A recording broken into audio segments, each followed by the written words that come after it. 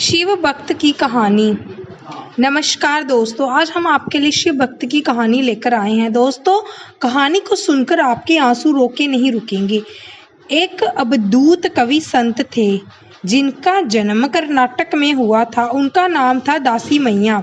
वे इतने अच्छे बुनकर थे कि उन्होंने एक बार बहुत महिमा और बहुत सुंदर पगड़ी का कपड़ा बुनना शुरू किया। बुनते बुनते उनको पूरा 1 महीना लगा। आखिर उन्होंने वह कपड़ा बुन ही लिया, क्योंकि उनकी कमाई भी इससे ही होती थी।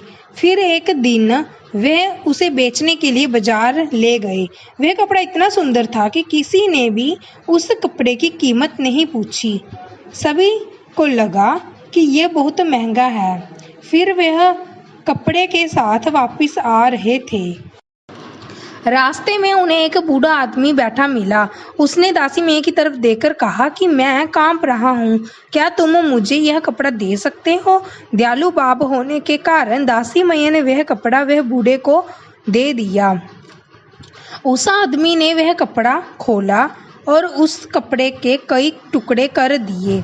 एक टुकड़ा उसने अपने सर पर बांध लिया, दूसरा अपनी छाती पर और 2 टुकड़े अपने पैरों पर और हाथ पर बांध कर बैठ गया।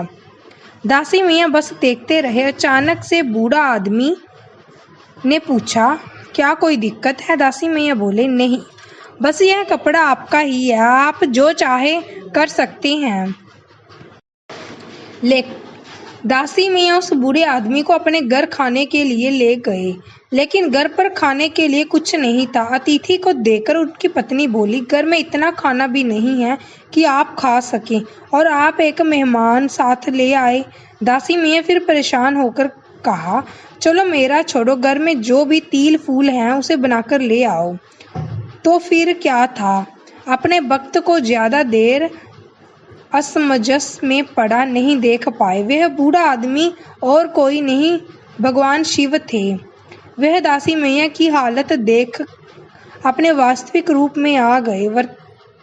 बर्तन को अक्षय वरदान। फिर भगवान शिव एक मुट्ठी चावल उनके अनाज के बर्तन में डाल दिए। वह बर्तन अक्षय बन गया, भाव कि जिसका कभी अंत ना हो। उस बर्तन में फिर कभी भी अनाज खत्म नहीं हुआ, यानी वह कभी खाली नहीं हुआ। दासी मैया और उनकी पत्नी ने उस बर्तन से बहुत से लोगों की मदद की। वह खुद भी खाना खाते थे और दूसरों को भी उस बर्तन की सहायता से खाना खिलाते थे। यह था दासी मैया की कथा। उनकी भक्ति, कविताओं और उनकी अनुपस्थिति में कई लोगों को रूपांतरित किया और कई लोगों की हृदय परिवर्तन किया। इस वजह से लोगों दासी मैया को देवरा दासियों कहने लगे। देवरा की भाव अर्थ यह है कि जो ईश्वर का है।